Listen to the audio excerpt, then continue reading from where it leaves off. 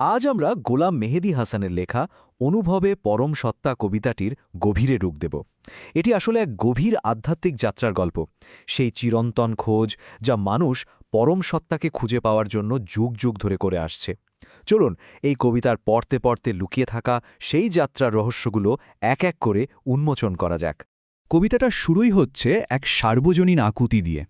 এই যে এক অন্তহীন জগতে পরম সত্তাকে খুঁজে বেড়ানো, কিন্তু সেই চেষ্টাটা যেন বারবার হতাশায় থেমে যাচ্ছে। এই যে একটা অনুভূতি, একটা শূন্যতা, এটাই কিন্তু একজন সাধকের যাত্রার একদম প্রথম ধাপ। আর এই অনুভূতির সাথে আমরা কমবেশি সবাই পরিচিত। তো এই যে খোঁজাখুঁজি, এটা শুরু হয় কিভাবে? সাধকের যাত্রাটা কিন্তু শুরু হয় এই বাইরের দুনিয়া থেকেই। এটা এমন একটা রাস্তা যেখানে অনেক মায়া, অনেক বিভ্রম, অনেক পর্দা, আর এই পথটা প্রায়ই আমাদের আসল ঠিকানার দিকে নিয়ে যেতে পারে না। একটা সংখ্যা দেখুন, ৭০,০০০। এটা কি? কবিতার ৬ নম্বর লাইনে কবি বলছেন, ভেদের পর্দা ঘেরাও ৭০,০০০। এটা কিন্তু আক্ষরিক অর্থে ৭০,০০০ পর্দা না, এটা একটা অসাধারণ রূপক। এর মানে হল পরম সত্তা আসলে দূরে কোথাও নেই। তাকে যে আমরা দেখতে পাই না, তার কারণ হল আমাদের আর তার মাঝখানে এই হাজার হাজার উপলব্ধির পর্দা। আর ঠিক এই কারণেই খোঁজাটা এত কঠিন মনে হয়।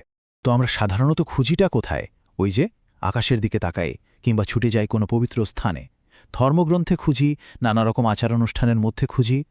এক কথায় নিজের ভেতরটা ছাড়া আর সব জায়গায় খুঁজে বেড়ায়। আর কবিতাটা ঠিক এই কথাটাই বলছে। সবাই খুঁজছে, কিন্তু জায়গাটা সম্ভবত ভুল। আসল সমস্যা হলো এই খোঁজাখুঁজিটা প্রায় পুরোটাই বাহ্যিক।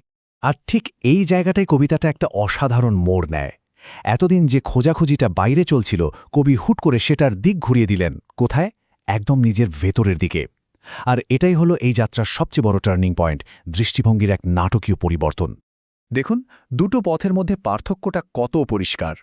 একদিকে আছে সারা দুনিয়া খুঁজে বেড়ানো, যেখানে মনে হয় ঈশ্বর অনেক দূরে, আমার থেকে আলাদা কেউ। আর অন্যদিকে আছে আত্ম অনুসন্ধান, যেখানে ঈশ্বর আর আমি আলাদা নই, তিনি আমার ভেতরেই আছেন। আর এই পথটা পায়ে হাঁটার পথ না, এটা উপলব্ধির পথ, চেতনার পথ। কবি আমাদের এই দ্বিতীয় পথেই ডাকছেন। আর এটাই হলো পুরো কবিতার একেবারে নির্যাস, মূল কথাটা। ২৭১ আর ২৭২ নম্বর লাইনে বলা হচ্ছে, যা আছে বিশ্বব্রহ্মাণ্ডে তাই আছে অযুত ভাণ্ডে। অযুত ভাণ্ড মানে এই মানবদেহ। ভাবা যায়, পুরো ইউনিভার্স, এই যে বিশাল মহাবিশ্ব, তার একটা ছোট্ট সংস্করণ হলো আমাদের এই শরীরটা। তার মানে যাকে আমরা বাইরে খুঁজে হয়রান, তিনি তো আসলে আমাদের ভেতরেই বসে আছেন।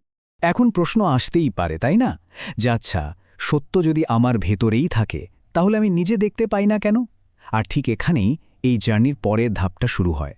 সাধকের তখন প্রয়োজন হয় একজন পথ প্রদর্শকের, একজন গাইডের, যিনি তাকে নিজের ভেতরের সেই সত্যকে চিনতে সাহায্য করবেন।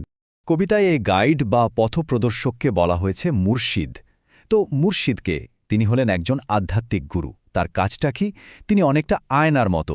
যেমন আমরা আয়না ছাড়া নিজের মুখ দেখতে পাই না, ঠিক তেমনি মুর্শিদ নামের সেই আয়না ছাড়া সাধক নিজের ভেতরের ঐশ্বরিক রূপটা দেখতে পান না। এখানে একটা খুব জরুরি কথা মনে রাখতে হবে, মুর্শিদ কিন্তু নিজে গন্তব্য নন, তিনি শুধুই আয়না। কবিতার ১৮৮ নম্বর লাইনেও এই কথাটা আছে, শুধু তারে দেখা যায় না বিনা আয়নায়। মানে মুর্শিদকে পুজো করাটা লক্ষ্য না, লক্ষ্য হল তার মাধ্যমে নিজের ভেতরের আসল সত্তাটাকে চেনা বা উপলব্ধি করা। এই ব্যাপারটা একটা চেইন বা শৃঙ্খলের মতো কাজ করে।